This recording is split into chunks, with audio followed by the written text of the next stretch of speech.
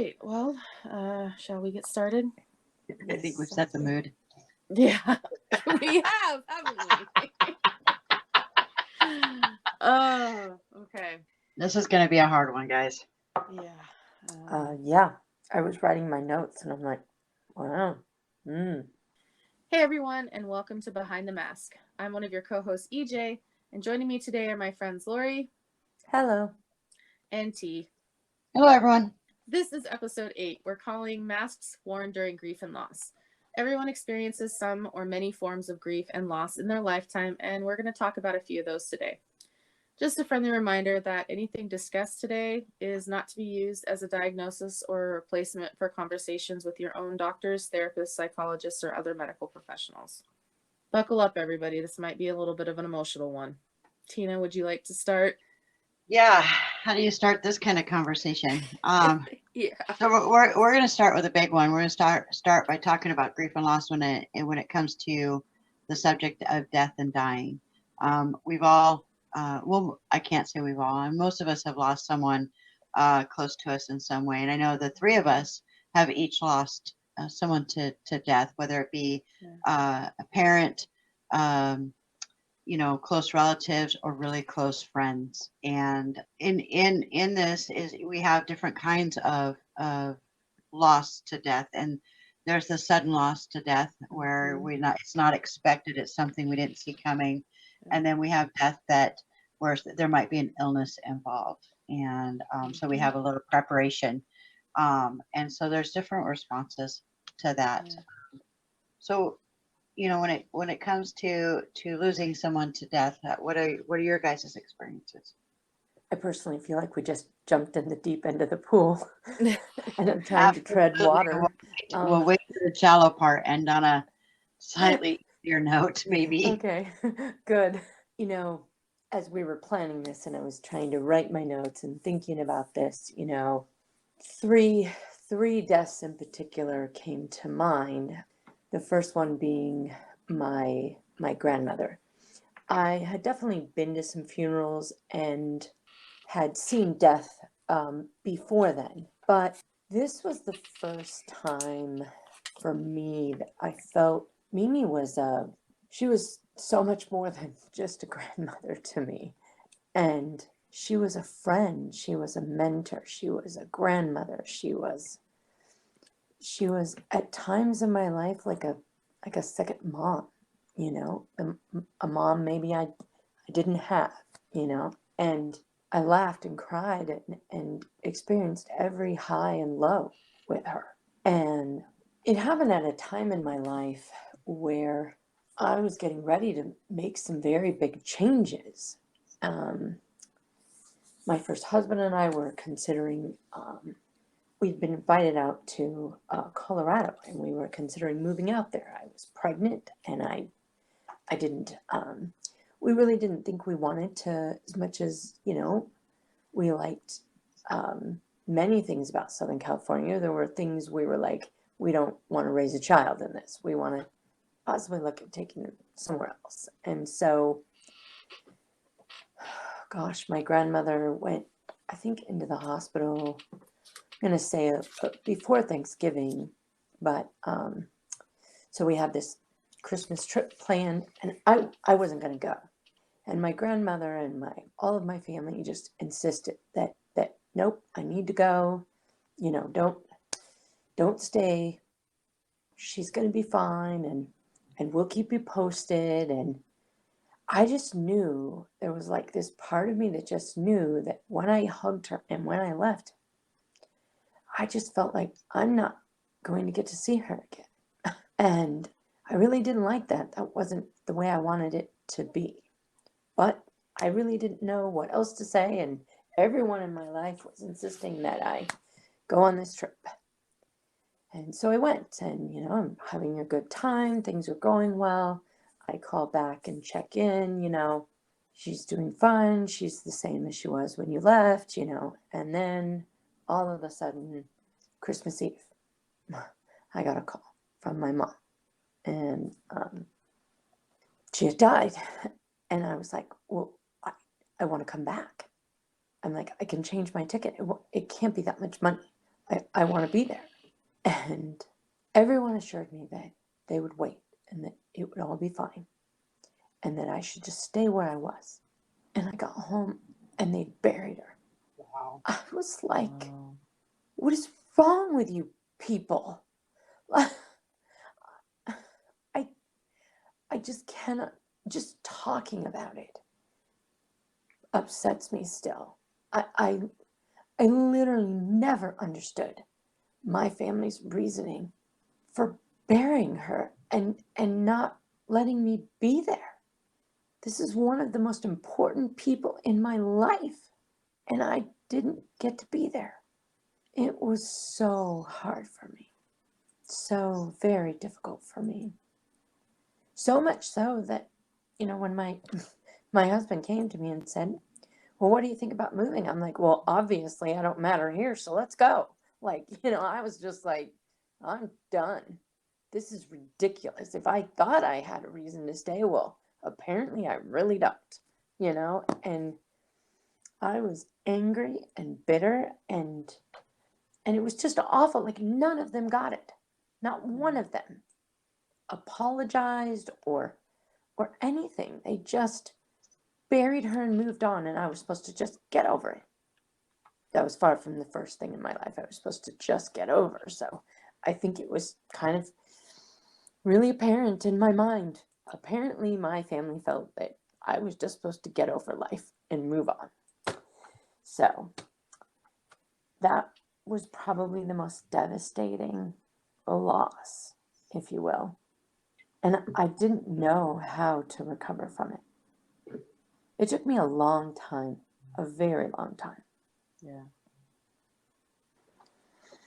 What about you, EJ? Where do you want me to start? I know.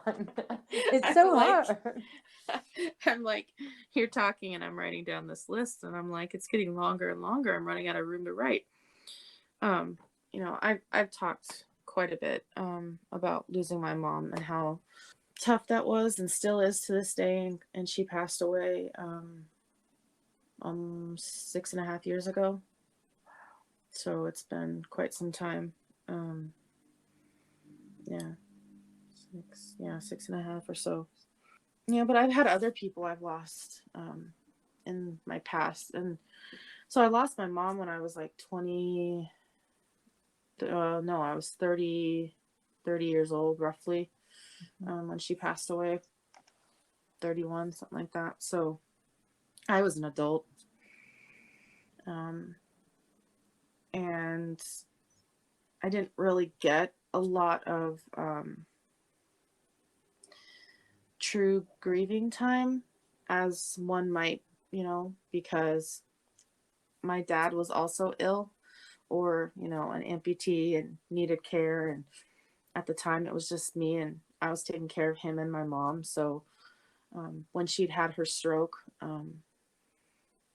in like mid-September of 2014, she was gone 10 days later.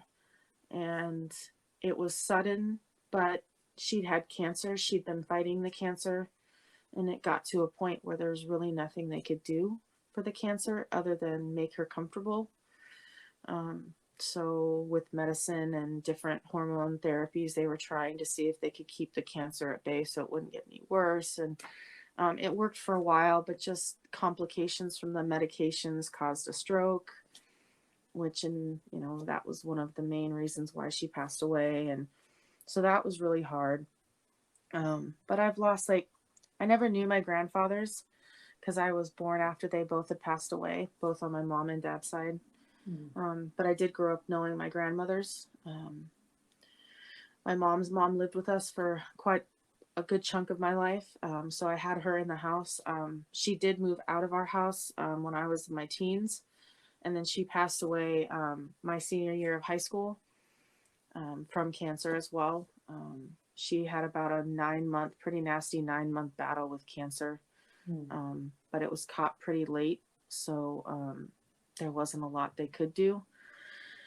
And I remember the last time I saw her was on Veterans Day.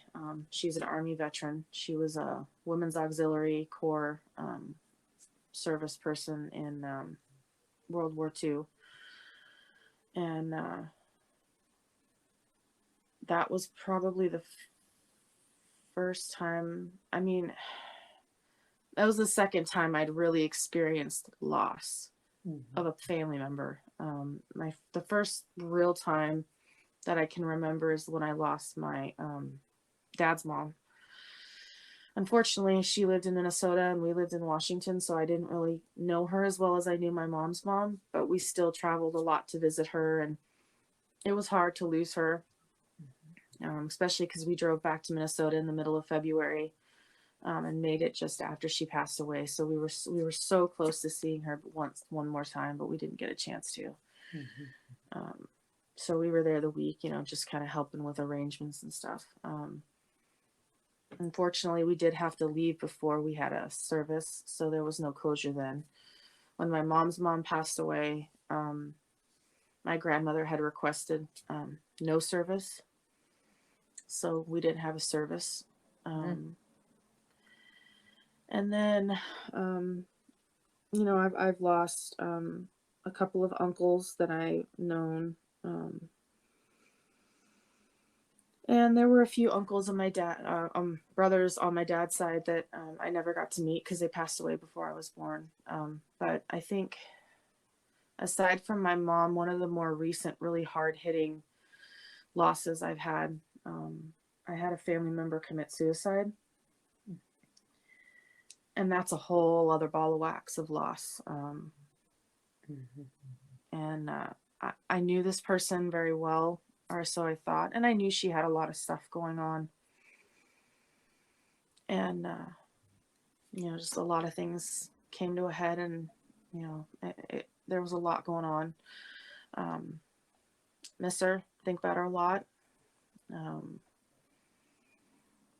And, all those different times, I learned something, but I did my best to stay strong because I kind of wanted to be strong for everybody else around me because I didn't want people to see me break. Not in a common. Yeah, I see it a lot, and I don't know if it was just I didn't want people to see me break, or if it was just a sobbing my eyes out to me, at the time didn't seem like that was going to be that wasn't going to fix anything. And it sometimes didn't even make me feel better. So I'm just like, why? So I didn't. So I just kind of toughed it out.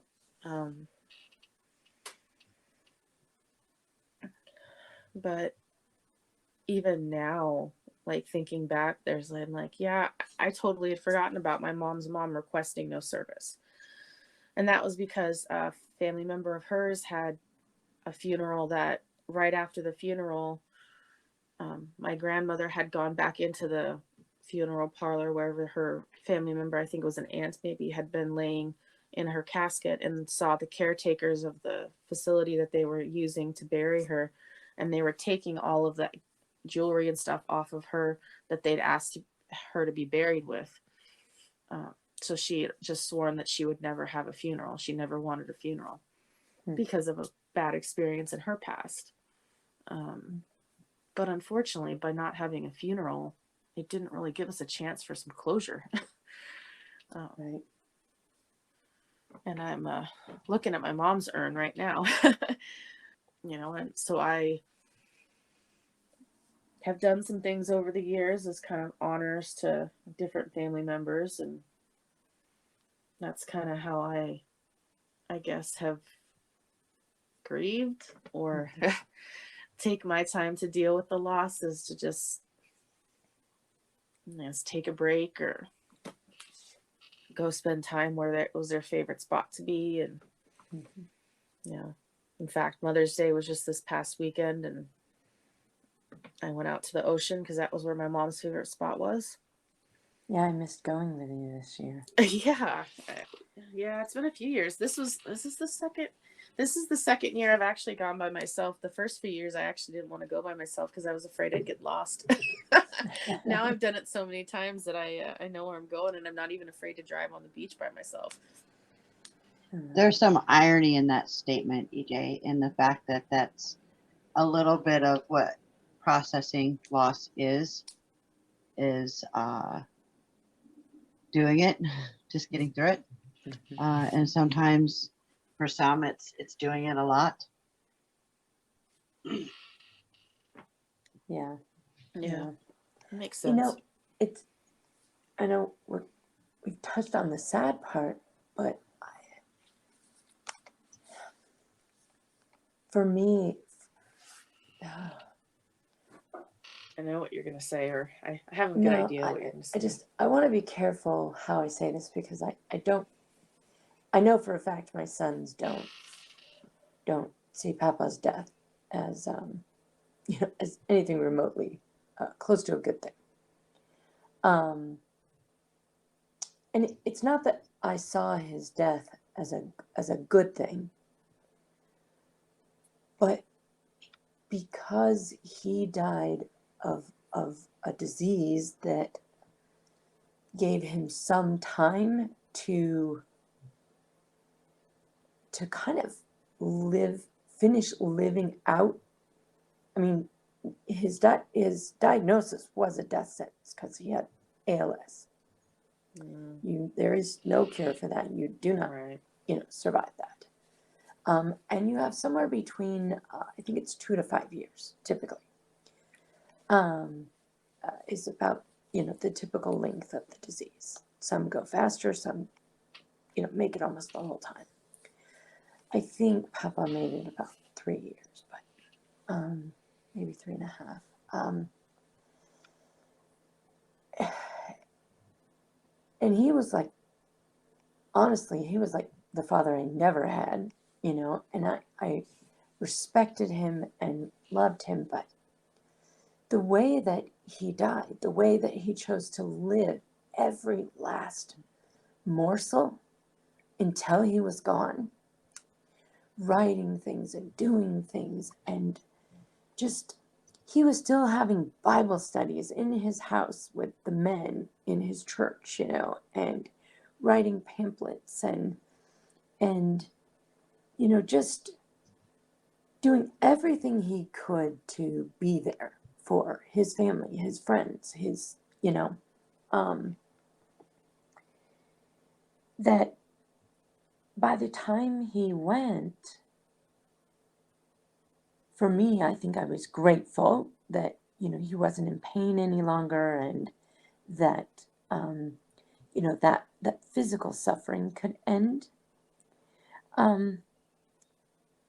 But I think for me, it was difficult. Like, I miss him terribly, and I knew with his death would be lots of changes and some loss of that side of the family, because I was now, this is my first husband's father. So I knew with the divorce that I would just kind of not, I would lose a lot of touch with all of those people that I'd pretty much grown up with, because Papa definitely kept everybody together, He was a very unifying character and person.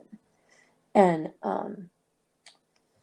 so I knew, so there was definitely loss, but it was, I don't know, that was probably the death I was able to process and lovingly remember and move on from as out of any death I've ever experienced. He was a faithful man. He knew where he was going. It just was difficult, but doable, and much harder, of course, for my sons. And that was actually probably, harder for me, but because you don't want to see your children hurt ever, right? Yeah. It wasn't something you could just kiss and they could get over it. Mom couldn't just solve that one. Yeah. So, but yeah, you make a good point. Yeah, I think we've all going through family members, and like I'm grateful that my mom's not suffering anymore. Right. You know, that she went through a lot those last like 6 months or so, and I just Oh yeah. don't wish that on anybody. Nope. Wouldn't wish that on my worst enemy. Yeah. T. So what? Um, can you share with us what losses you've dealt with, or that you're wanting to share, or willing to share? Unfortunately, I've had a lot of losses through my adult years. I didn't have a whole lot that I was really connected to when I was a kid, sort of distant from them. My first major loss when I was probably about 1920, somewhere in there, and my grandfather passed away, and he was life. I mean, he is the template that I hold every man I meet against, and Mm-hmm. some amazing funny stories about this man that I will probably tell over time, just because he was just that kind of guy. And for me, the I mean, not only the loss of him was managed the end with him. I remember I'd gotten the call that he was in the hospital and they didn't think he'd make it out this time. He had cirrhosis of the liver, the alcohol version. And he had not been doing well for a couple of years, and we'd been watching him deteriorate. And this was a very strong man who had always, like, he did labor work. He was a construction worker and built houses. Um, he lived hard and played hard. Um, but so we'd been watching him deteriorate for a couple of years, and as told us he probably wouldn't make it out. So of course I ran up to the hospital, and the room was full of people. And as I was in the doorway, um, he kept looking over at my cousin and calling her by her mom's name, and I couldn't go in because I didn't want him to mistake me for someone else. So I ran away. I literally ran out of the room and I didn't go back. So that's one of the regrets I have, is that I wish I would have gone in. Mm-hmm. So, and then the You were next big so loss. young, though. Really, Oh I yeah, mean, you know. but sometimes it's, I can't say that that's a habit I ever got rid of. I don't deal well with certain stuff. Sometimes I think we all have something that we wish we could do better. My my aunt, one of my aunts, uh, passed away in 2016. She had a brain tumor, and I never called her, and I never said goodbye. And we knew the end was coming, but I just kept putting it off into the back of my brain. And I was older. This was just, 5 years ago. And I just kept putting it off. I had so many of my own life issues happening at the same exact time. And then I didn't call her. And this is the woman I wanted to grow up to be. And, so that was the next big loss. I'd lost other people in that time, but I wasn't as connected to it, wasn't as close to it. And then last year was a year of many losses for me. And I think the worst one was in December of 2019. My son-in-law passed away in a fire and left my 5-year-old grandson without a dad. And so that was it was that's one of those deaths like before their time type thing, unexpected. Yeah, it came as a complete shock. So there's been a lot that's come out of that, and then I had a lot more right after that. Like those 6 months, I think. In 6 months, I lost like 5 or 6 people in my family, in my close family, including my mother-in-law. We just had the 1 year anniversary of that. And she had been living with us, and so we still, struggle with that. Still turn to tell her something that's gone on, or you listen for her laugh at something she would have found funny type thing. And so we're still, there's still that piece. So yeah, a lot over the last few years, it seems. But last year was especially tough. It just was one hit right after the other. Yeah. which unfortunately I think everybody had a lot of hits in 2020. Right. Right. Yeah. I mean, we had, and it was even more of a challenge because not only did we have, a global pandemic, we were forced to miss out on those last times with people Yes. because of, Including my mother-in-law. We Right. we actually experienced that. So she had been in an assisted living facility for a couple months, and there was hope that she was going to come home. Um, but then all of a sudden, her health took an even bigger downward spiral. And the night before she passed away, we'd gotten the call. We don't, she was in the emergency room again. They didn't think she was going to make it. So my husband and his nephew, no, my husband and his son went down, and my daughter and our nephew also tried to get to the hospital to see her, um, They didn't and let him in, right? right, they got turned away, It was awful. I and remember that.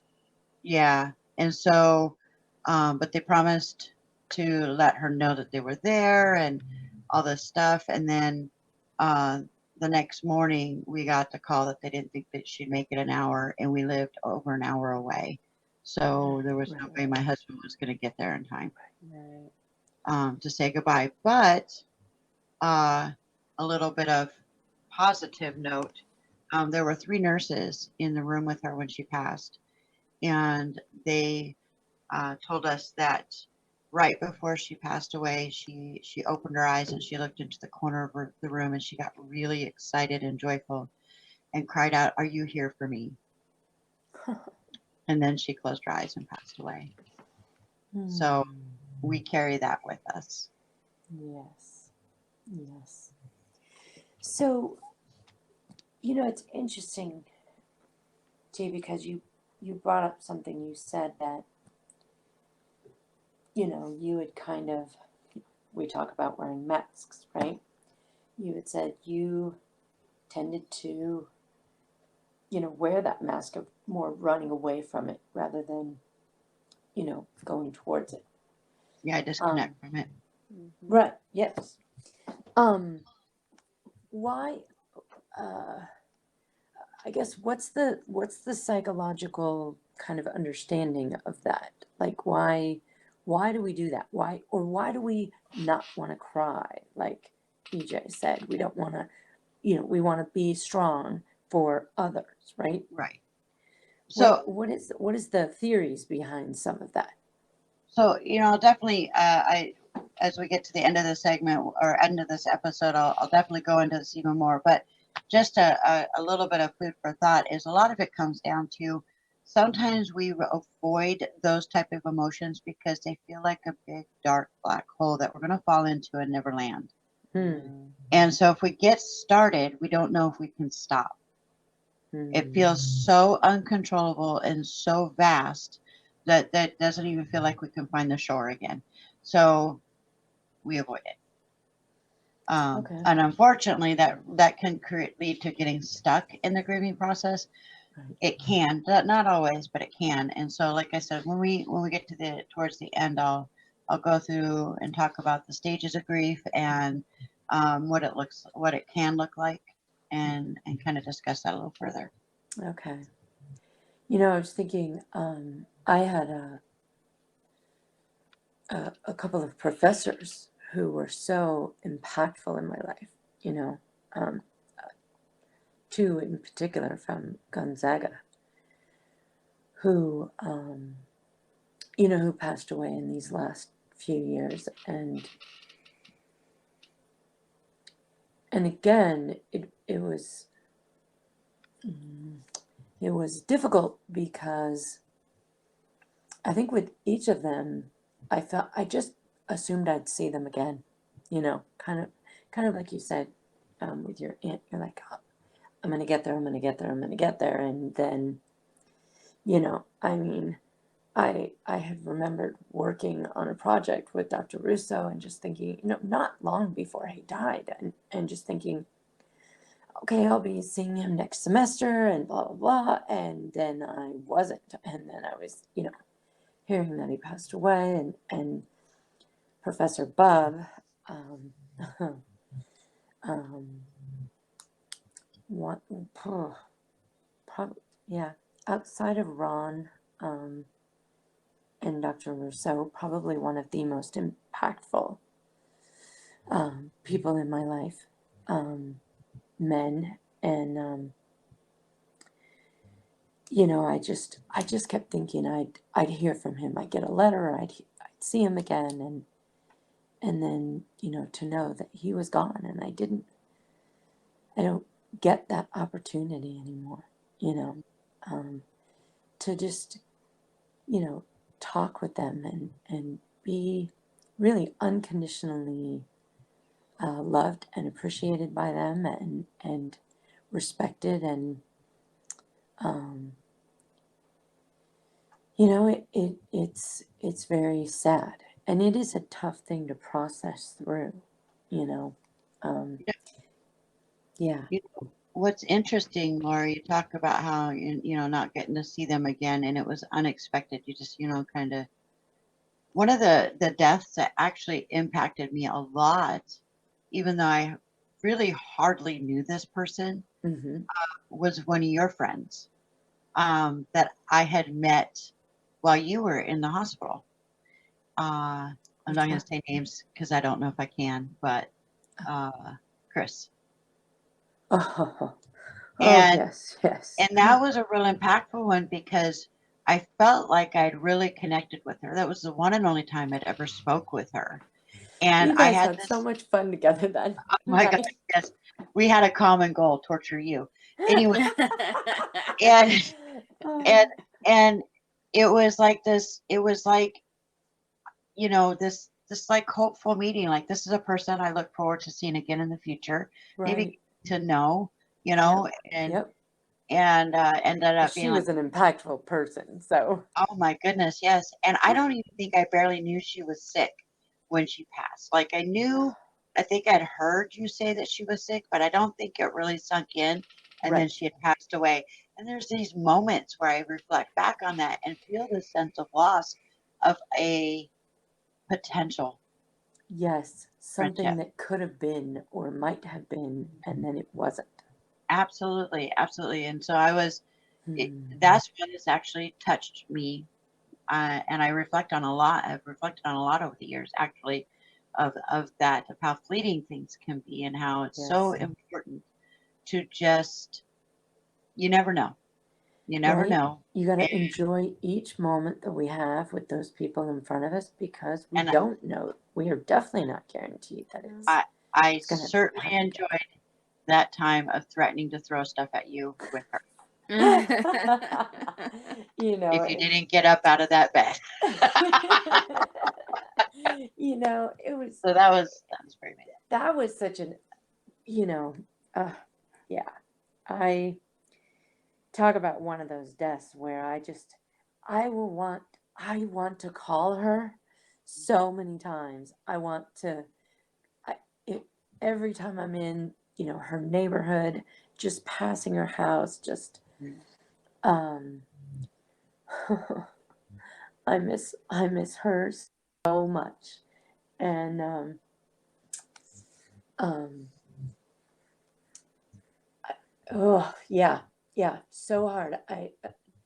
Outside of my grandmother, I think a loss where I like, because she was so in my life on a you know Hmm. really almost daily basis, and especially towards the end. you know um Stayed many nights at the hospital. We had what we called chemo slumber parties, and um I just and it was so weird because you know I was the one who had been diagnosed with something major before she was. And I think there was assumption between the Berlinda and Chris and I that I was just, it was, I think we all just assumed I was going to die first. Like that was you know, the thing. And I'd been so sick on and off. And then you know, and then here it was, you know, Chris, the cancer just, gosh, she didn't even make it a whole year, you know, and it was just, it was so devastating. Yeah, I, I miss that woman more than the air I breathe. Miss her terribly. But I am blessed that, again, you know, she was very faithful and she knew where she was going, and she was so courageous and strong. And I mean, probably right up until the very end, she was still being a rock in people's lives, you know, and making people laugh.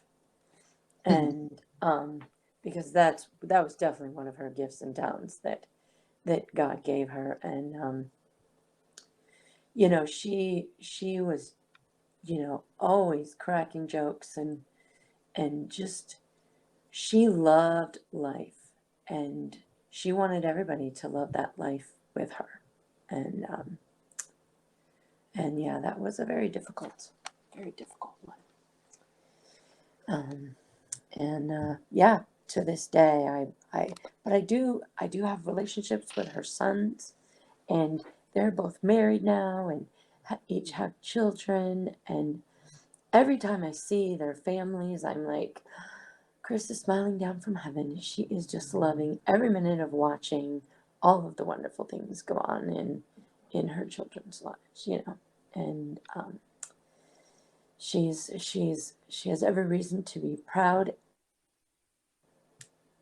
and happy for all the wonderful things that are going on with her sons. So yeah, I miss her. Yeah, very, very, very much. So okay, I think we could move on. I'm tired of talking about direct up death right now. So we've talked about the big one. So let's go to one that's a hair. I don't know. I don't even know how to describe it. But It's different. That can cause death to happen sooner than we expect. Mm-hmm. So Yeah. So when we're talking about grieving death, one of the types of deaths that we talked about was when we had people we lost to illness. So Mhm. people who were sick for a period of time and then passed away. And so it's in receiving that diagnosis. All of us have, especially you, EJ, and you, Lori, have life-changing diagnoses yourself. Yeah. And so you know what kind of loss comes with that. And so that's sort of the next little piece that we wanted to talk about, in that there's life events that happen that often require us to grieve a way of living Right. that we can't do anymore. Right. Yes. And, Yes. and most people, I think, can relate to that to some. It's an actual chronic illness or just getting older. Like, yes, the body does I limit you the older you get. I celebrated today when I was able to put my pants on without grabbing the wall. So again, on one foot, we gotta one leg. celebrate those little victories. Yeah, I was like, I haven't done that in a long time. I almost fell on my head doing it, but just the levity there, or brevity, levity or No, brevity. it was good. What is it? It was good. You know, I co-facilitate a couple of chronic illness groups, and one currently that, you know, I'm doing online, and EJ just happens to be a part of that one. And you know, I've done several kind of chronic illness groups, especially, you know, basically after finding out about some major diagnosis within my own life. Chronic liver disease and diabetes were the kind of two really big ones. And then, you know, just 2 years ago, I had a stroke, and man, that was definitely life altering and life changing. But the reason I bring up the chronic illness groups is because one of the things I I talk with often in these groups is that chronic illnesses for the people that are diagnosed with them. I'm gonna start there. Um, the stages of your chronic illness, at each stage where you lose things, you lose an ability to do something on your own, you're losing your memory, you're losing physical abilities. Um, I remember the absolute horrific, in my mind, loss of being able to drive. The freedoms and the individuality that came with that, that I, gave up by no longer driving were, gosh, I mean, I was just on a road trip. I just got back late last night, and I said to my driving buddy, oh my gosh, she was, you could tell how scared she was on the road at night, and just really uncomfortable, and not really scared, but you could tell it was something she didn't like. And in my mind, I thought, oh my gosh, I wish I could just hop over there and do it for you, because I love to drive at night, but I can't do that anymore. There's so many things going on with Yeah. medicines and my body and all of that. So what I try to get people to understand is that each thing that you lose is going to be a whole new grieving process, because it will change the way that you see life, view life, engage in life, and or not engage. And that is a loss. That's a death. It's a death of freedoms. It's a death of individuality. It is so, blah, honest to goodness, I I know you two have heard me say this before. I say it all the time. I would not wish chronic illness on my worst enemy. But what I would wish on everyone is the clarity that it brings. I definitely value each moment and each experience and memory that I have, because I know that I might not have it again next week, next month, maybe tomorrow. Just depends upon my body. And so there is, when you have long-term chronic illnesses, there is, I would say, the benefit can be that you gain a clarity and a love for some of the smallest things that those people that don't have chronic illness probably don't really understand or grasp, because we just, especially here in America, I think we all believe we're going to live forever, and so we're in our rat races, and we're in our jobs, and we're in our families, and we're in our college, and we're in all of these pursuits, and we just assume they're all still going to be there tomorrow. And technically they will, of course, if you don't die, but when you're chronically ill, they actually might not be there the next day.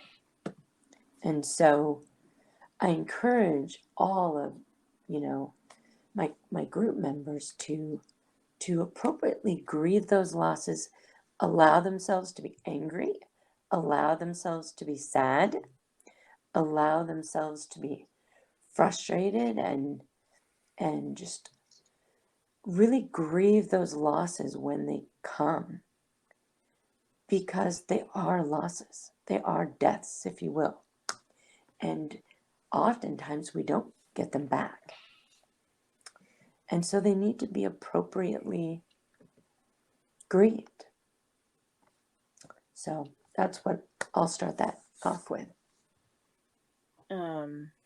Yeah, diagnosis, health. I mean, obviously, I can come from the perspective of a daughter who, it was a big um, big shock when my mom was first diagnosed with cancer, because it kind of almost came out of left field.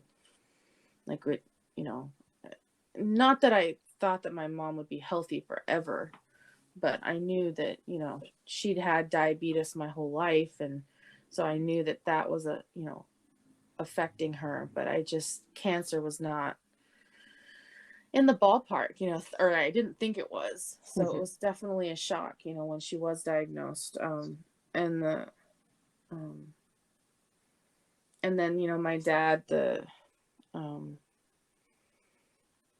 he'd retired, in the early 2000s, and then, kind of got laid up, after he retired from his job, because he had some back and some leg issues that just progressively got worse. And that wasn't what him or my mom expected when he retired. They thought they'd buy another RV and travel around the US and leave me home with the pets, and I'd have my job. And, um, so it definitely didn't go as they had expected. So,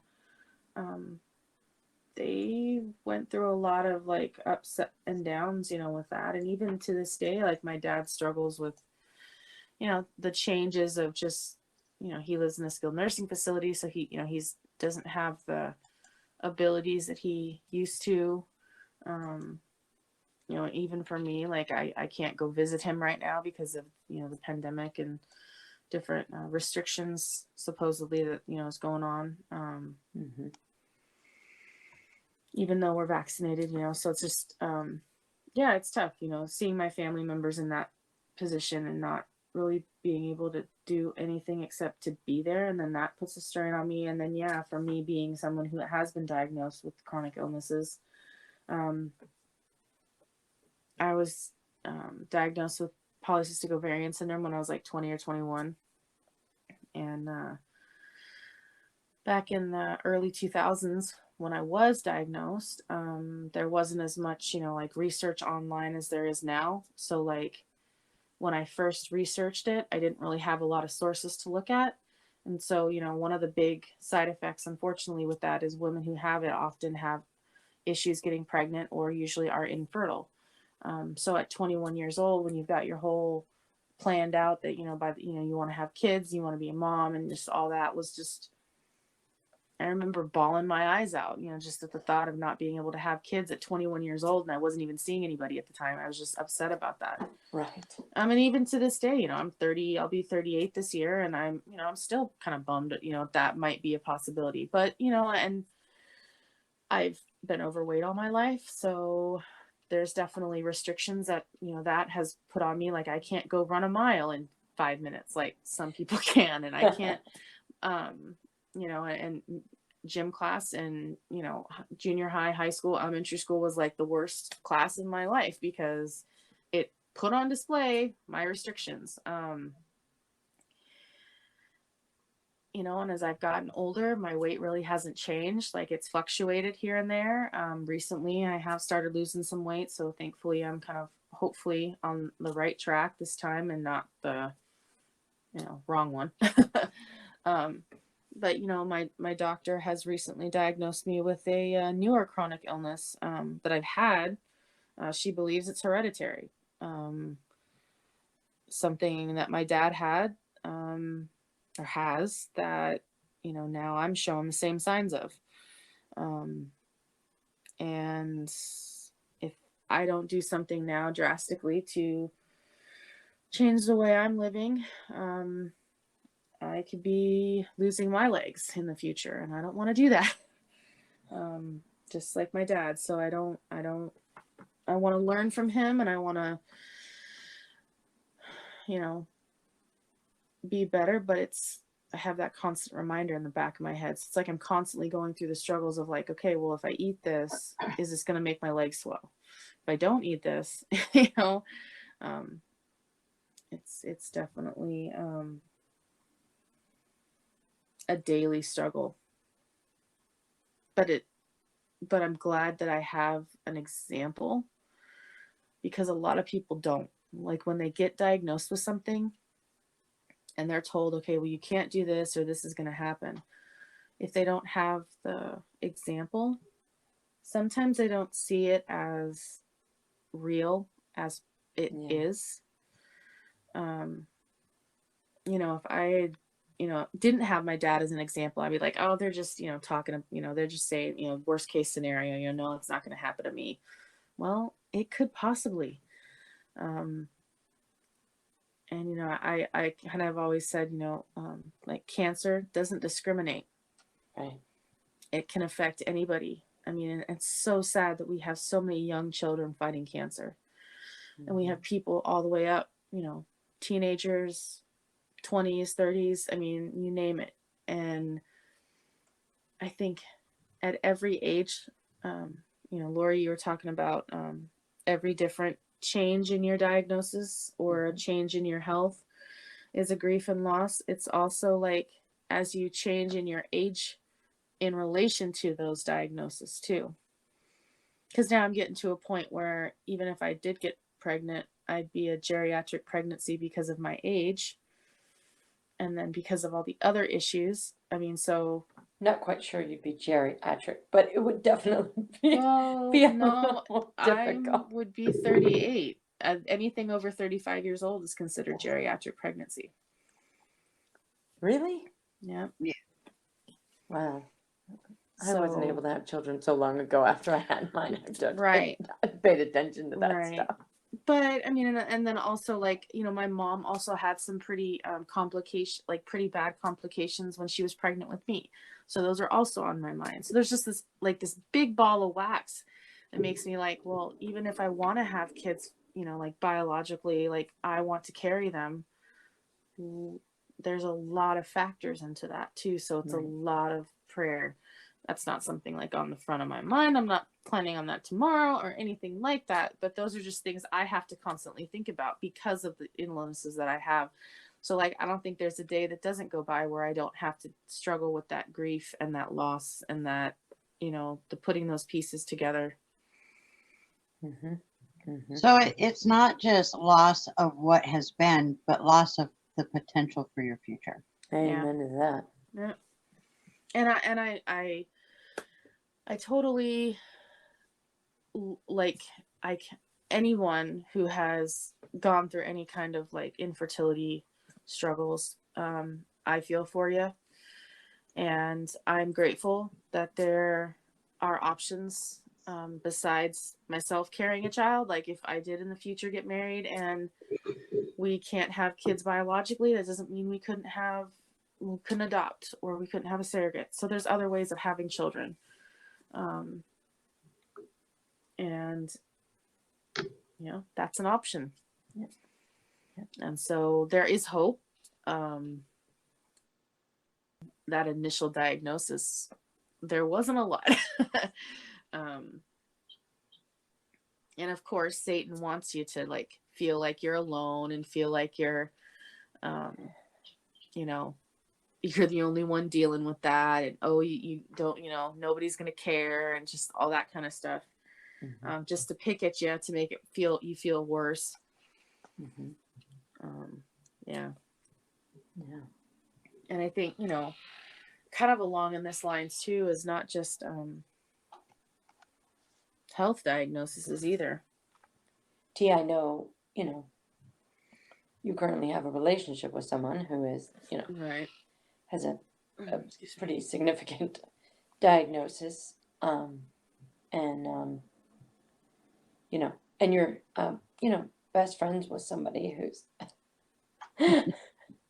I'm curious, what's your take on that? I don't really have a lot of new to add to what you guys are talking about, other than just to sort of come alongside and validate it, in that each new thing brings on a new acceptance, or not. Or And not. a whole gambit of running through those stages of grief. So, like in the case of my husband, when I met him, he was already sick. We just didn't know he had cancer. We just knew something was wrong. And the diagnosis came within a couple of years of me when we first started dating.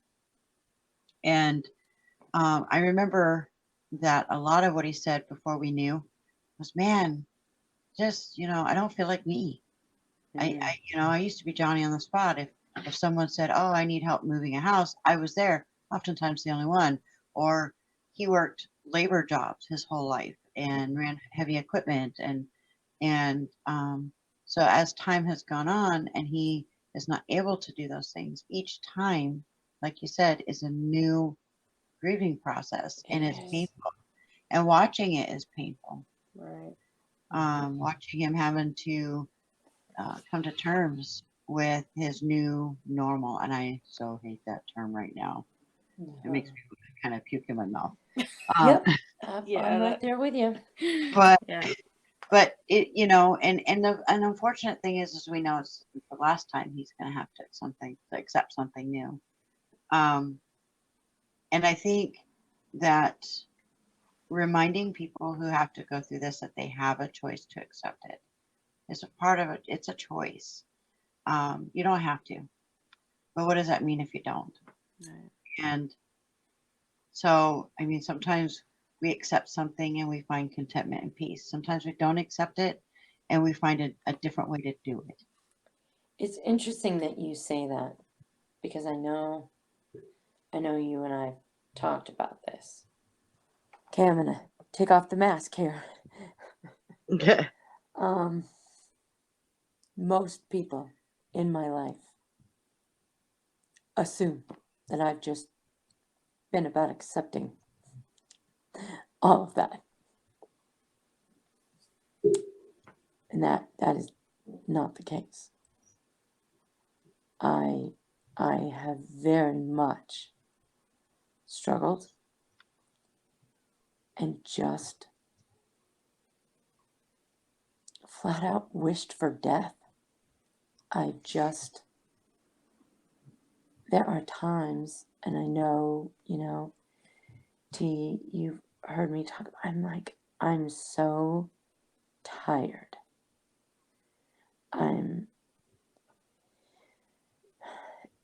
It's a battle. It's a journey, it's a battle, it's so many things. And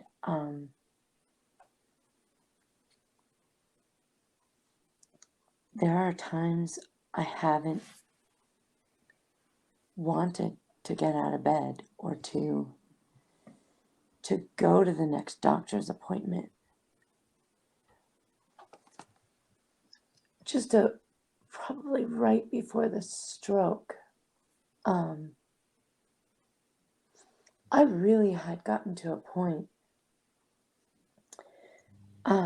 There's this, I think it's a Geico or Progressive, I can't remember which ridiculous insurance company it was. But it was basically just this commercial about how your insurance company was failing you because all they were doing was just watching all these things happen. That's exactly what I felt like. I felt like every time I went to the doctors, every time I got another diagnosis, a new thing, I had to suffer through another loss. I was like, I'm just marking the time. What am I doing? Where is purpose? Where is, and it had nothing to do with lack of family or faith or love or any of those things. I have the most amazing children ever. Like, seriously. I have amazing grandchildren. Most people you see me on social media, I will tell you, I have the most amazing tribe any person ever deserved or got, ever. I'm truly blessed. But it did not make the thought of death after so much loss over and over and over again not something that I couldn't think about, that I want to be very clear with the listeners out there. Lori is not referring to suicide. mm-mm. This is extremely common among people who are chronically ill or have serious mental illness, or have dealt with many losses. Usually a variety of losses. Often I'll hear this described. Mhm. And I want to be very, very clear. This is not talk. This isn't even suicidal ideation. No. This is simply being tired. These are So tired. moments of being tired. And oftentimes, people who are experiencing this don't feel like they can say anything about it for Right. two reasons. One, everybody will go in a panic and try to go into, let's cheer this person up Oh and my make it goodness, okay. yes. And it's like trying to just cover over a hole with a board and some leaves and pretend it's not there. So true. And So true. it's still there, and it's still there, and it's still there until the board breaks and it's gaping wide again.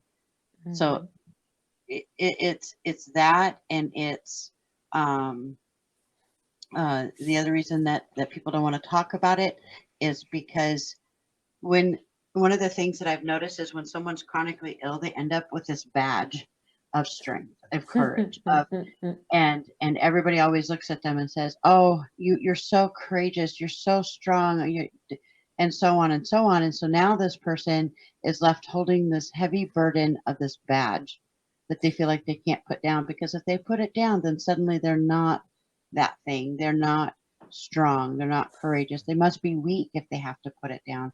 And that's so not the case. But that's the badge we've inadvertently given them to carry. And so when they feel these feelings of loss over and over again and feel exhausted and tired, we just sometimes just need to listen and not assume anything in particular. Just listen, because that is such a heavy burden to carry.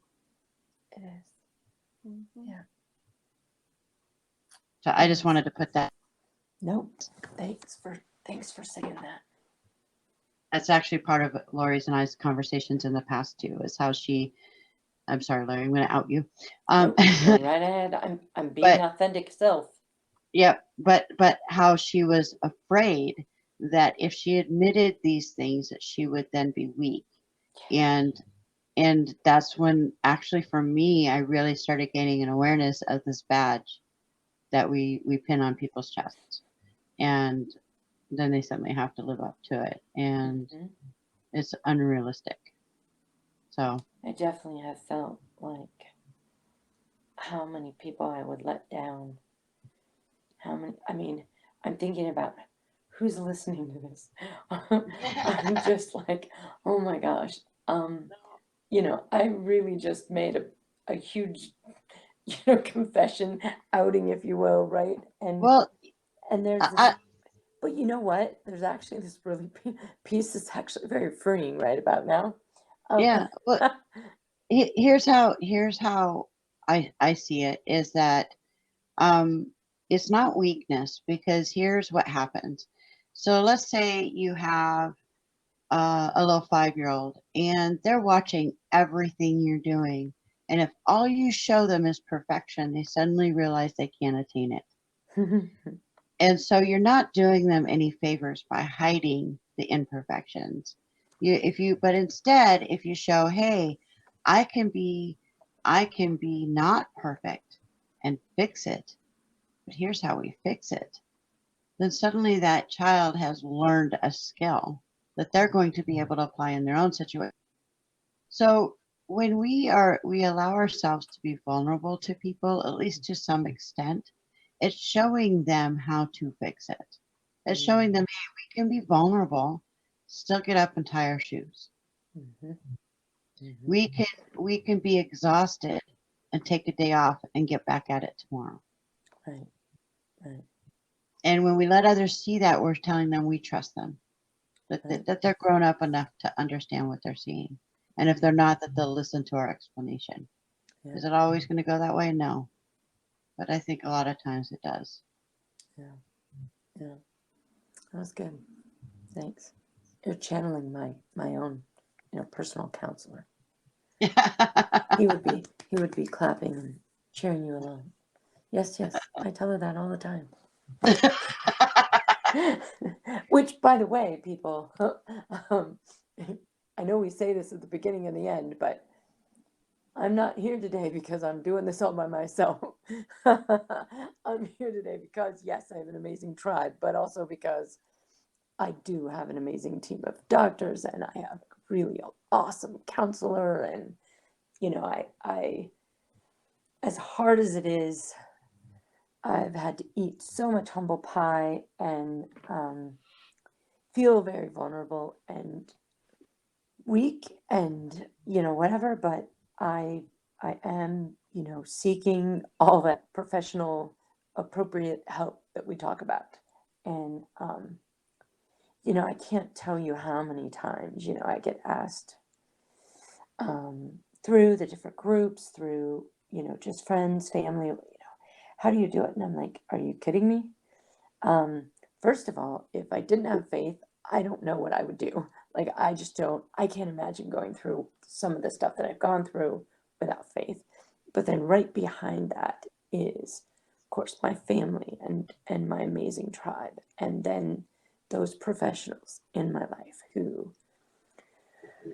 make my life possible. Well, definitely better than it would be without all of them. So please, please, please don't try to do it by yourself. I did notice under this heading, we also had some kind of, they don't seem, you know, we've been talking about death and illness and, you know, but I noticed that we have some other, you know, subjects like careers, what's some jobs, and I know in the, well, just thinking about that, have you guys experienced losses of careers? Yes. I said that very tongue in cheek to you, T. I'm sorry, because I know you. You're like, ha, Lord. I had a couple years there that I thought, oh my goodness.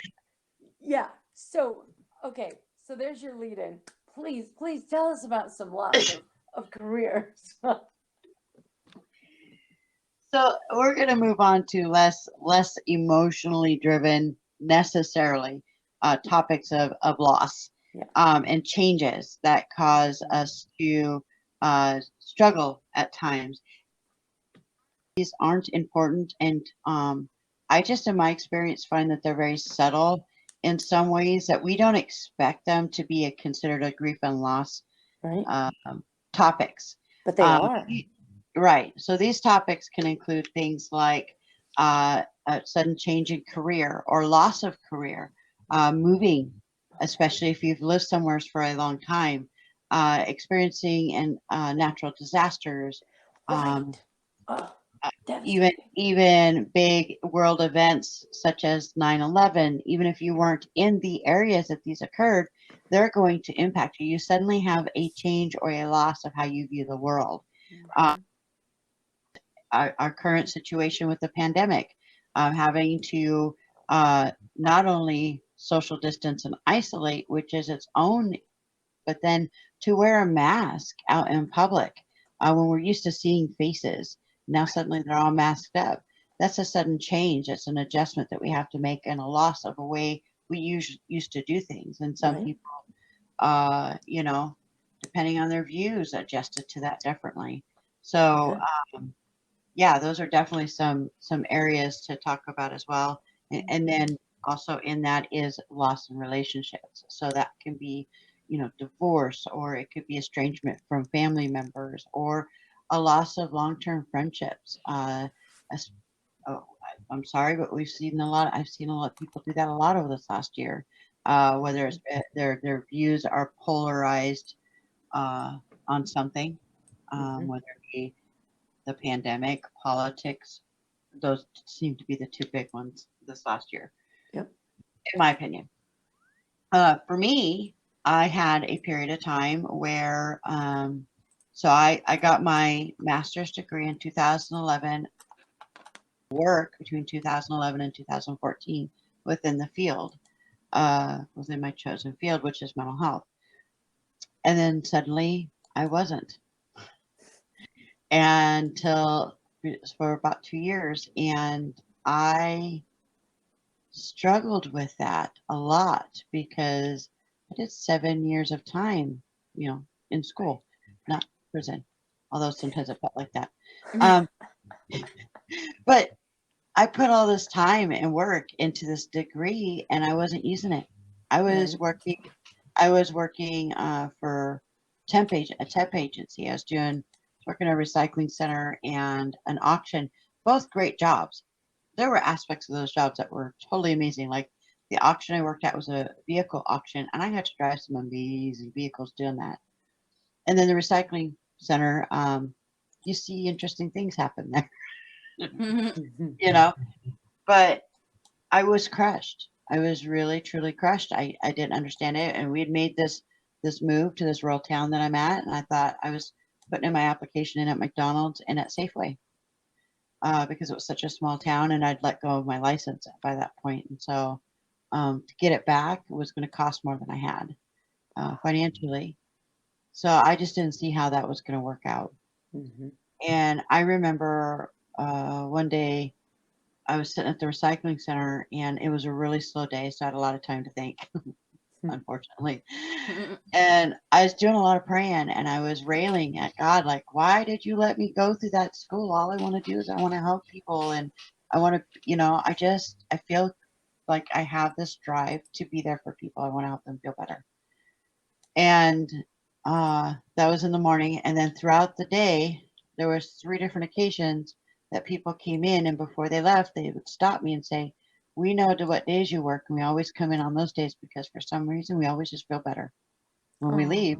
Oh. At the third time, I just stopped and said, "Okay, God, I got your message. I don't have to sit in an office. It's my attitude. It's my Yep. attitude." Yep. But it was that potential loss of something I had dreamed of doing Right. was a very difficult time for me and ended up being a time of growth for me. And as one of your friends during that time, I mean, I can't tell you how many times I'd pray and I'd be like, God, I'm not sure what you're trying to teach my friend here, but this is getting ridiculous. Like, I and got like to learn when how to groom dogs. you did have some interesting experiences while going through that. I will give you that. And not bad, but No, I I just needed remember thinking as one of your friends, like, when does she get a break? When does, and we don't know, um, what's next on the horizon and what will change and happen. But yeah, I just remember, if I had still been working and employing people at the time, I'd have been like, want to come work for me? Like, That's actually what happened a lot during in a couple of ways during that time. Is I did have a really good friend, and she's an amazing dog groomer, and yeah. she's like, "Well, why don't you come work at the salon with me? I'll teach you some stuff." I'm like, "Okay." I'm not as good with dogs as I am with people. Apparently, I got bit. Oh my Thankfully, goodness. I haven't had people bite me yet. Wait, oh Well, wait, no, that's a I good thing. did. I did. At my first job, I worked at a group home for very badly behaved boys. I got a Oh. few injuries from that, but I still think the dogs outdid them. Oh my goodness gracious. That's great. That's funny. Well, what about you, EJ? Um, yeah, careers definitely. So when I graduated high school, I didn't want to go to college. And my senior year of school, I had this dream all through school that I was going to be a marine biologist. And through junior year, I didn't do so hot in chemistry. I was usually a really good A, B student, and I think I got a C plus in chemistry for the final grade. So that was not my best class. And I got really discouraged. And I got a little more into computers over the summer between junior and senior year. So I started taking like every computer class the school had to offer that year, and I just fell in love with computers. So After my mom talked me into going to college, I decided to just go to a local community college and get some classes. I decided to go for a web design degree. Took a lot of time to get it because it was such a new program that they'd usually cancel classes if there was only like 4 people signed up for it, and they'd make you pick another one or you'd have to get your money back. So a lot of my classes I needed for the degree had to wait till like 2 quarters later when they offered it again to get it. So I think it took me 5 years to get a 2-year degree. So needless to say, I'm very bitter about college, and I would never push anybody and force anybody to go to college. That's because I'm upset about, what that took. And at the time I was working in a deli. Wasn't the most ideal job, but it was great pay. It gave me a lot of opportunities. I learned a lot. I graduated from college and I got hurt at work, and went through 9 months of physical therapy in Illinois to get my wrist working again so I could actually do the job I was supposed to be doing. And then a few years later, I hurt my ankle. I was having a hard time being on my feet, so had to quit that job for health reasons, because things I had weren't healing. And so I think I was unemployed for like 4 years. So it was a really tough time. Thankfully, I had unemployment for a while. I was looking for work. I just couldn't find any. I couldn't find any in web design because the area that I lived in, and I wasn't ready to leave home. So I was limited by my location for the jobs that I was looking for. And then after my mom passed away, and I'd stepped up to take care of them, my parents. So they were helping me out with some of my bills, and we did some finagling with some finances and stuff to kind of cut back my bills. And then after my mom passed away and my dad went into the facility, started attending church, where I met Lori. And through that summer of 2015, we'd been talking about wouldn't it be cool to live together, and figured out, with quite a bouncing back and forth of different ideas, somehow it worked out that Lori needed a caregiver and I could be her caregiver. And because I wasn't her biological sibling or family member, I could work for the agency that she had as caregiving agency. And so she helped me get a job with the agency that I still work with, and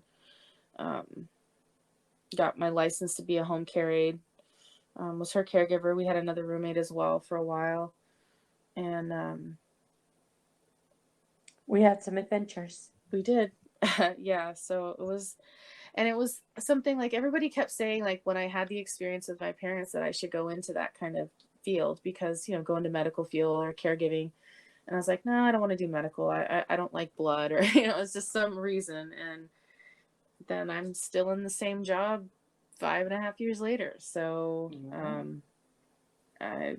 it's kind of enjoy it. It is just challenging. But being unemployed for that good chunk of time was tough. And also I lived in Bremerton all my life. I'm born and raised there. And I moved to Tacoma. That was a really big change for me. But it was a good change. But I had a really hard time letting go of Bremerton and that surrounding area.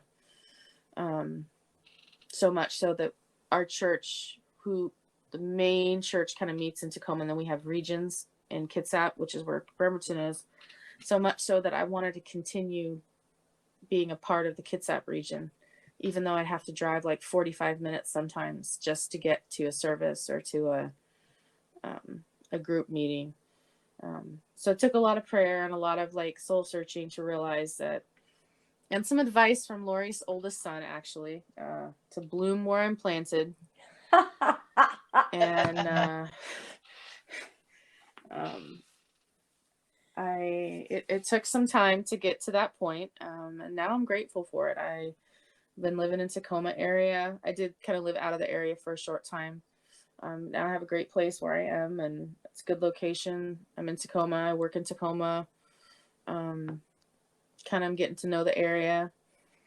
So I have had my goods, my bads, but again, I'm not one for change that frequently. So, you know, that does stress me out when there is change. So I like to kind of keep a low profile on some stuff. And then, you know, obviously, I think we've all kind of talked a little bit about what happened last year with the pandemic.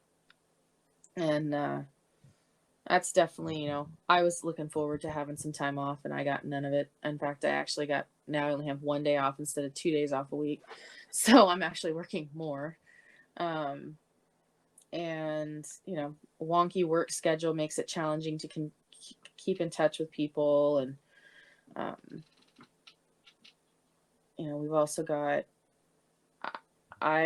to this day, 20 years later, almost, I could tell you exactly what I was doing the minute I found out what happened on September 11th. And I was living in Bremerton, Washington, and that happened on the East Coast. And to this day, it's as fresh in my mind today as it was back then.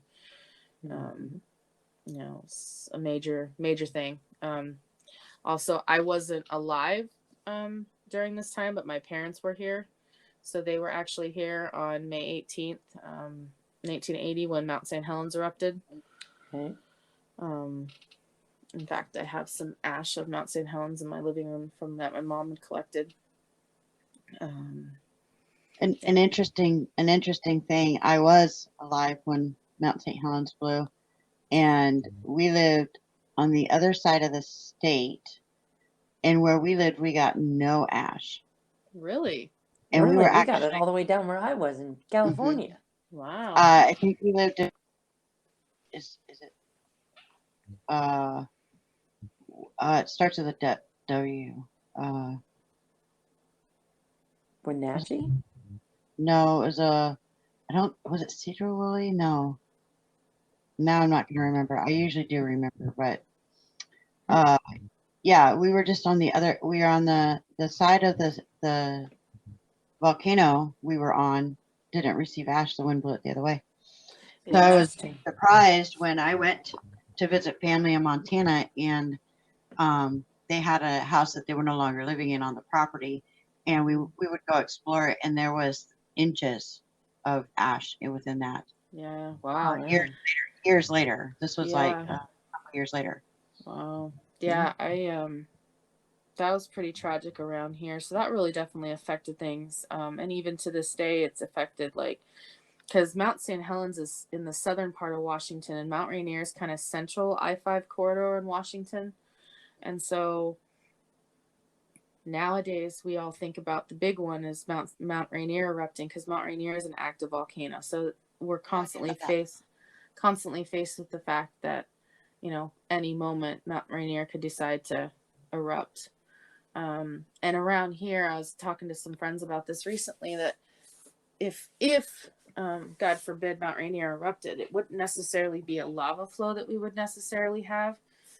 They said the heat from the eruption would actually melt all the ice and snow on the mountain, and it would cause lahars, which is like big mud, gushing mud, just coming down rivers and everywhere. I mean, and there's towns around the mountain that would be wiped out. Yeah, so so there's times where we'll do like drills in the city, and like the hospitals will have like a Cascadia drill, and it's all, everybody kind of works together to kind of pretend like there's an emergency like that, so they can kind of prepare. So if you're like in a hospital when they do that, they, you know, invite you to kind of help be part of it if you want to be, and just to help get the community aware of the possibility. But Yeah, then I'm sorry. Oh, and I was just saying, then on the other hand, you look at Mount Rainier and it's so beautiful, so it's so really hard to believe that it could erupt at any moment. But just like Mount St. Helens, it just happened. Like, it wasn't, you know, it was this majestic mountain, and then all of a sudden it was gone. Right. The before and after pictures or something else. Yeah. So I was thinking about, you're talking about 9/11 and Mount St. Helens. Laura, you lived in California, so you probably dealt with a lot of earthquakes, Oh, yes, ma'am. a couple of big ones. Yep. And you've also traveled the world, so I'm sure you've seen other things. I've been in the mid states and seen the tornadoes, and I actually lived in California and experienced some of the small earthquakes.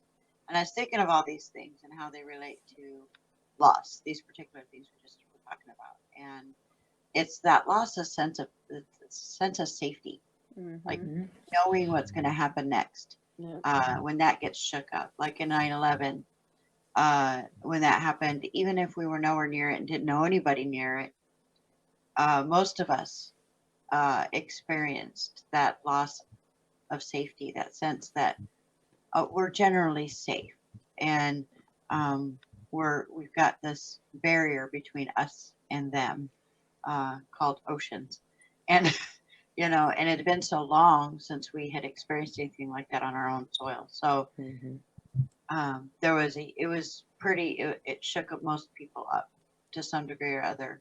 Um, and then the natural disasters, there's that sense of not knowing when it's going to happen and being prepared for it is very difficult. But Mm-hmm. doing what you can to prepare Right. is what helps you get over it, so to speak, after it Right. happens. Yeah, drives Lori crazy when I talk about prepping. Yeah. I So love I'm it. gonna make another confession. I don't think about any of those things. Like I just don't. Um, Well, that's one way of dealing with it. You know? That's one. well, it's kind of, you know, I don't know. I've kind of always viewed it like God knew that I just had enough on my plate and that I don't need to worry about other things. Like it is surely not for the fact that my life has not had enough to worry about with other things. And so, I can watch a movie and I can cry and be sad, right? And I can watch, you know, um, being a Marine mom, some of my Marine mom friends, the uh, that giant, earthquake in Nepal. We had, there were people that died, and like it's tragic to me. It's sad. I was definitely affected by 9/11. My sister was, working in the airline industry at the time. As um, we going back to those memories, we didn't know whether she was on her scheduled flight that day. So like my entire family was, nobody could reach her. She actually had a ear infection and she was home. She had to kind of deal with some survivor's guilt. Mm-hmm. Um, I, I think about bombings. I think about, but um, for whatever reason, God gave me in when it has to do in relation with some of those things, God just gave me this ability to be like, well, you never really had control anyway, so what would worrying about it do for you? Right. um Oh, and yeah. and so for me, I just could. I remember going, you mentioned earthquakes. I remember going through this earthquake with a good friend of mine while we were in high school. His name was Forrest. And he was from the Midwest. And of course, he'd never dealt with earthquakes. And we had a pretty big one. It was the Whittier one. And it was, oh gosh, just under a 7. And so, massively relocating, your home, many homes and things and roads. I remember him just like, what is wrong with you? Why are you not freaking out like the rest of us? And I'm just like, I do not know what to tell you, dude. Um, if the big one happens, I'm gonna die in it or I'm not, and I'm gonna figure out how to survive. And I don't know. I apparently I God turned that portion of my scared senses off or something. I don't know. Yeah. Well, I'm Um, glad you brought up the God piece of it too, because I'm sure a lot of people are like, well, wait a second, she's a Christian, but she likes to prep. Well, yeah, but you know, there's like God wants, like, he's giving us the skills to be Right. prepared for things. And yeah, you're right. I mean, some people, things, they don't worry about things like Nope. that, or it's and I believe if it happens, it happens. um if I have an opportunity and the finances to set aside a few extra pieces of food and some supplies for if something happened and I had to be stuck in my house for a few days because of it, yeah, I'm not gonna go overboard and spend thousands of dollars on like a bomb shelter to like live in and things Thousands like of that. dollars in toilet paper. Oh, Oh yeah, my God. I have enough for myself, and that's all I need. You know, I do want to say I have my own issues, right? I Right. had a nocturnal visitor and I had to buy a security system, you know. Please Um, explain that that was a person outside your door, because nocturnal visitor can be a lot of things. Thank you very much. I call him a nocturnal visitor because I didn't know him and he was definitely unwanted. And it was just oh my gosh. Oh ladies, please. Okay, so strange man standing outside my window, staring in my window at 12 something at night freaked me out. So, God obviously didn't give me I don't have a shut off level there, right? So I do not judge people that worry about that stuff. Mhm. The only thing I can do is ask for their grace when I can't engage in whatever it is that they're doing, or Yeah. be engaged in that worry with them. Like I'm like, I'm really sorry. You're gonna be fine. Stick with me, kid. We'll be fine. We got it. And I just don't worry about it. So this is a great segue into the last part, if you ladies are willing. Yeah. Yeah. So we're talking about different ways we cope with these things. And Yeah. first of all, I want to point out that prepping, and I might be a little bit biased because I find it soothing as well. And I'm not I talking, saw I don't think this. we're talking about like prepping, like you said, EJ. It's not a bomb shelter, Right. but doing things, doing something Mhm. is a piece of what helps, right? There you Because go. Yeah. worry itself is just a trap. Worry is just saying, if I worry about this, I'm doing something about it. Mhm. And you get in this trap of worry Yep. rather than instead you could just do something. And Right. in your case, it was putting up an alarm system, right? Because Right. instead of living in fear, being worried all the time, you're going to do something about it. The Yep. act of doing is part of it. What you're doing is the other part. Yeah. So, and I'm going to bring up what most everybody's heard of, and that's the 5 stages of grief. Yeah. So I'm scrolling because I always forget one or two. So okay. So, the most commonly accepted 5 stages of grief include denial, anger, bargaining, depression, and acceptance. Mhm. Right. And what I really want to point out to folks is that there is no right way to grieve. Right. None. There is, and no one does it the same. Everybody looks a little bit different.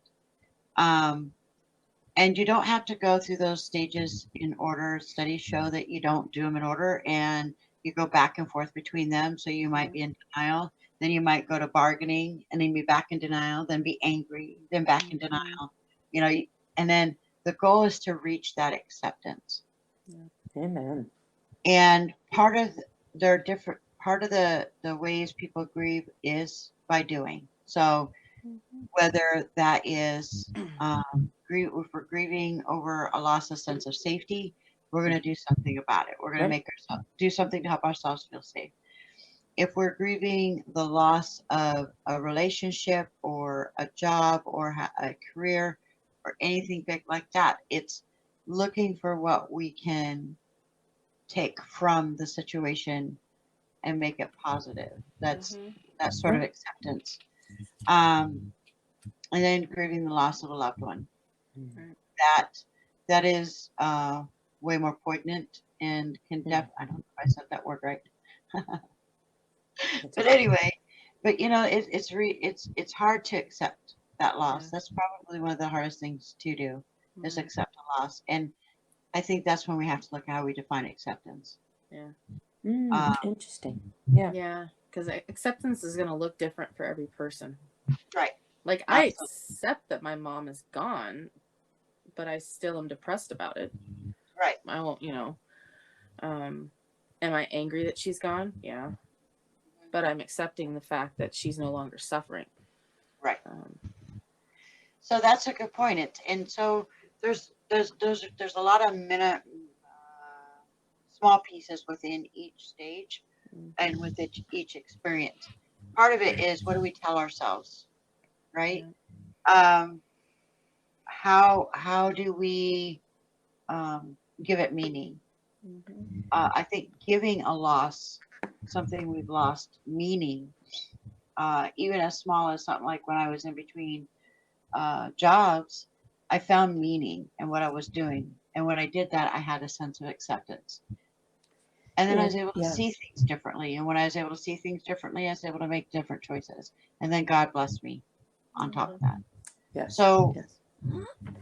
I was thinking, and you and I, and I know Aaron has heard me say this too. For me, I feel that for me, acceptance is when I can find the silver lining, when I can find something good, even in something really dark. And for me, that's my level of acceptance. Yes, Lori, what you went through, what so and so went through, you know, was horrific and it was dark, and you can cry about it and you can be angry about it and you can feel like, woe is me, even. You can have a self pity party, you can do all those things. But for me, that level of acceptance usually comes, I know that I've kind of reached that when I can say, okay, so my biggest abuser in my life, one of them, taught me that there's nothing in this world that I can't do, right? So that's my silver lining. I went through domestic violence, but I got to start a whole new life, and I had I feel, an opportunity to have an amazing relationship with my children and, help other people, right? So when I get to the point where I can find the silver linings, for me, that's definitely a form of acceptance and an ability to kind of be unstuck, if you will. Yeah. Yeah, I was kind of thinking back, and T, you may have some input on this too. I was thinking back, my psychologist, when I was seeing him for my depression and my anxiety, my OCD and stuff, he said that it kind of came on, and so my OCD and all the checking that I was doing was my stress relief. So in some ways, like having like I have all my meds, like an emergency week's worth of meds set aside, and I have a couple of boxes in my living room of just things that for emergencies. And so like that's my way of not worrying, because I'm like, okay, now I have those and they're easy to grab if I had to run out of the house and grab them and throw them in my car. And so that takes my worry away, because that was an action I could do to take the worry away. And I mean, I fully believe that God supports that. Like I know that He says, "Do not worry." It's the whole scripture about it, and He's going to take care of us. But I also feel like He allows us to help Him do that. right, know? he's helping you take care of it through your actions. Yeah. So yes, so OCD, eating disorders are often about control. They are a stress response. Typically, a stress response in that the stress has to do with something that is out of your control. Mm-hmm. So, and when we're dealing with grief and loss, so much is out of our control. Yep. Right.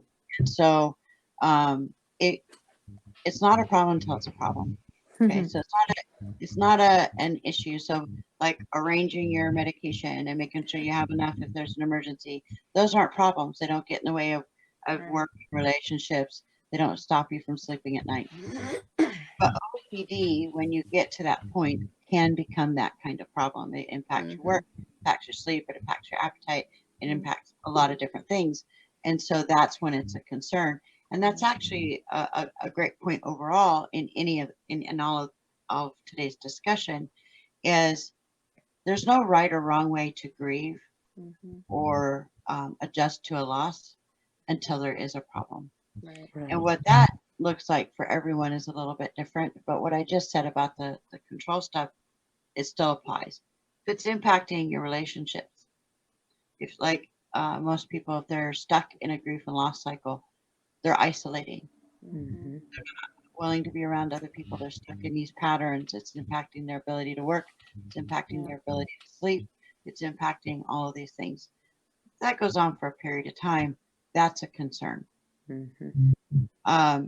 Because I would say if someone's just dealt with like the death of a loved one, specifically like of a spouse or child or even a parent, it would be expected that they may not be comfortable to be around people. So, in the initial after part of it, don't get all worried about someone who's not wanting to talk right afterwards, or they need to be alone for a period of time right afterward. That's okay. But if this is against their nature, this isn't how you know them to be, and it goes on for an extended period of time, that's a concern. Mm-hmm. Now, some people are just introverts naturally, and this is their natural way of doing things, and they do that anyway. So it's not really an alarm bell if they're kind of like isolating afterwards for a period of time. That's just kind of normal for them. But if it's not normal, like I'm going to, again, Lori under the bus because I enjoyed I love it. I'm here She's for you. Lori's an extremely outgoing person. She recharges by being around people normally. I know she's not doing well when she's asking to be alone. I know that I need to keep an eye on her if this goes on for too long, because that's not the normal Lori. Does that mean it can't become the new normal Lori if enough life changes happen or her illness takes a certain turn? She may choose. That may just be something that comes out of that. Sure, that's possible. But it is a red flag for me if someone like Lori suddenly doesn't want to talk to anybody and isn't reaching out to her normal people for that. Yes. And then it would be, I know enough of her tribal members that I would be calling a Intervention. yes. You need to come but save Lori. Yeah. yeah, send in the Marines. Send in Anyway. the Marines. Hoorah! I love it. Yeah, that's about what I've got to say on all that. So one area that we didn't really go in depth on today in today's episode is what it looks like when we're dealing with loss of relationships, like divorce or separation, even estrangement between parent and child and siblings and whatnot. That is definitely a type of grief and loss that could warrant for a future segment. If anyone's interested, we'd certainly like to hear feedback on that, or we may just decide to do it. Who knows? Sounds like a plan, girls. Okay, so that wasn't as emotional as I thought it was going to be, but it hit a few moments where I was getting a little teared up. I was crying. You just couldn't hear me. I could hear you. Oh, I also know how you sound normally, so. I was like, this is a horrible subject matter. I don't like this. Just a friendly reminder that anything discussed in this podcast is not to be used as a diagnosis or a replacement for conversations with your own doctors, therapists, psychologists, or other medical professionals. This episode is available on Anchor, Spotify, Apple Podcasts, and more. We're on Facebook, Twitter, and Instagram as Behind the Mask PC, and will soon be on YouTube. If you don't use social media, you can email us at BehindTheMaskPC@gmail.com. Feel free to review us on Anchor, leave feedback on the platform you listen to us on, or message us through our social media or email because we'd love to hear what you think. If there's a topic you'd like to hear us talk about, feel free to message us and we'll see about making it happen. You can find EJ on Twitter and Instagram as EJ8302 and T at her YouTube channel, T's Life's Lessons. If you'd like to keep these episodes coming, you can monetarily support us by visiting anchor.fm/BehindTheMaskPC/support. And on behalf of Lori T and myself, thank you for listening, and we'll talk to you next time.